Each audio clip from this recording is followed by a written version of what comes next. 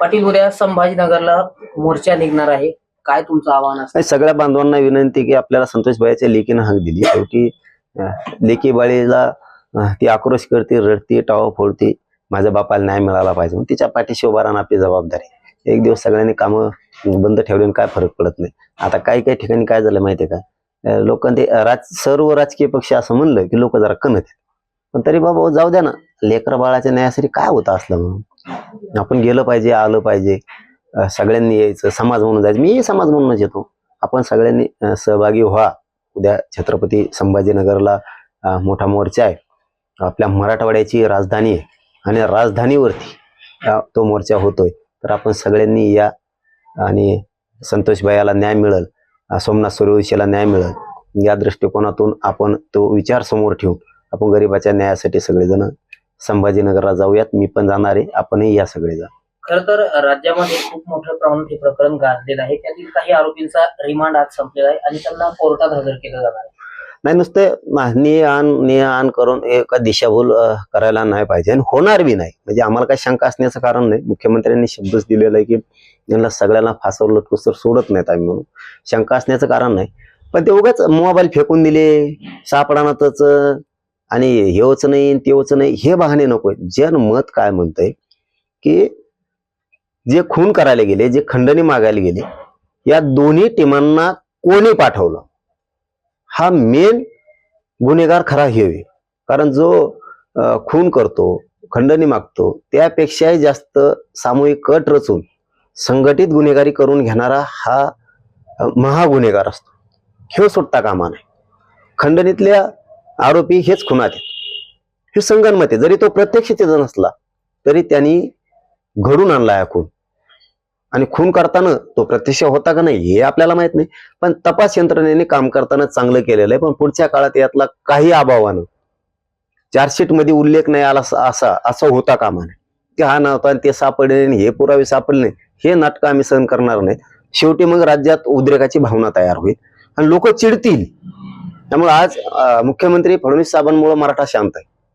त्यामुळं यातला एकही आरोपी कोणताही सुटता कामा नये. ही खूप मोठे रॅकेट आहे, खूप मोठी साखळी आहे. यांना सांभाळणारे राहिले धरायचे, आणखी लय प्रकार राहिलेत.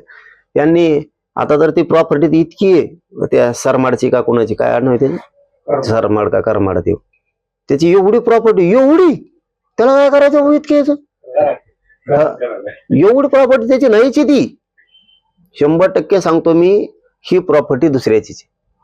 कारण हा माणूस कधीच पिक्चर मध्ये दिसला नाही, कधी चॅनलवर नाही, कधी मोठ्या इव्हेंट मध्ये नाही, राजकीय नाही, सामाजिक नाही, कुठल्याच नाही. आणि या काय की एवढी प्रॉपर्टी कुठून आली? ही कोणाची तरी पडद्या मागून याला काम करणारा दुसरा आहे, त्याने याच्या नावावर ठुली. मेला तर तू मर, नावावर तो आहे, राहिला तर मही, नाही तर मग गेला तू बी. याच्या मागं कुणीतरी. एवढी प्रॉपर्टी इतक्या माणसाची असू शकत नाही. ही एखाद्या सरकारमधल्या मंत्र्याची म्हणा, कोणाची तरी ही प्रॉपर्टी आहे आणि ही गोरगरिबाच्या नावावर केली. गोरगरिबाला मी जाहीरपणानं आव्हान करतो की बाबा हो, ज्यांच्या नावावर यांची प्रॉपर्टी असेल, आता यांजवळ पैसा, मग आता हे उद्याच्याला चौकशा लागल्यावर विचारणार आहेत तर पैसे कुठून आणले, ही जमीन कुठं घेतली. तर त्या टायमाला ती जमीन त्यांच्या नावावर नाही तर ती यांनी, हे एवढे चावट लोक आहेत की पैशाने जमिनी घेतल्या, प्लॉट घेतले, बंगले घेतले आणि दुसऱ्याच नावावर घेतले, पाहुण्या रावळ्याच्या कुणाच्या. आणि ते उद्या चौकस लावलं ते पाहुणं गुतलं राहिलं. त्याच्यामुळे माझी एक विनंती आहे महाराष्ट्रातल्या गोरगरिबांना, ज्यांच्या नावावर यांची प्रॉपर्टी असेल त्यांनी त्याच्याकडे जा आणि त्याला माहिती तुला लिहून घे. कारण हे सुखी संसार चाललाय तुमचा, तुम्ही मध्ये जाताना बरं का, मी इमानदारीनं सांगतो तुम्हाला, पुऱ्या प्रॉपर्टीची यांची चौकशी होणार आहे. त्यावेळेस जर यांनी एखाद्या गरीब पाहुण्याच्या, मित्राच्या, कोणाच्या जर नावावर कुठं प्लॉट, बंगला, जमीन, फ्लॅट असं काही जर केलेलं असेल, कुठं कंपनी, एखादी कारखाना, दारूचे दुकानं, कुठं हॉटेल मोठमोठ्याले, असं जर एखाद्या गरीबाच्या नावावर जर केलेलं असेल तर उद्या हे जा तुमच्याकडे येणारे, तुमचा सुखी संसार चाललाय, तुमचं माणसं जेलमध्ये जातील. प्रॉपर्टी दुसऱ्याची पण नावावर तुमच्या आहे. ती प्रॉपर्टी ज्याची त्याच्या नावावर करून द्या. तिकडे काय लोक चाललेत जणून, हे तुपलं गाबाळे धरे दादा, आम्हाला नाही जायचं जेलमध्ये. आणि ज्यांच्या नावावर आहे त्यांच्या घरच्या ताईंना सांगतो तुमचा संसार सुखी आहे, तुमच्या मालकाच्या नावावर जर कोणी जमीन केलेली असली किंवा काही जागा केलेली असली, प्लॉट काही यांनी या चोट्ट्यानी काड्या खंडणी चोट्ट्यानी, तर तुमच्या नावावर सांगा लवकर पळ आणि ती त्यांच्या नावावर करून दे तिकडं. मग जाऊ दे त्यांच्या नावावर, तुमच्या काळात होता लोकांचं लफड.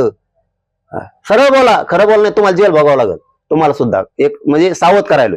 राज्यामध्ये संतोष देशमुख यांच्या हत्येचं केवळ आणि केवळ फक्त कारण पुढे केलं जातंय.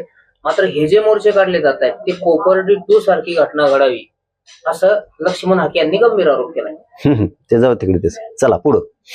जरांगे पाटलांच्या मागण्या पूर्ण बेकायदेशीर आहे असं सुद्धा हाके म्हणतात. जाऊन तिकडे. चला पुढं.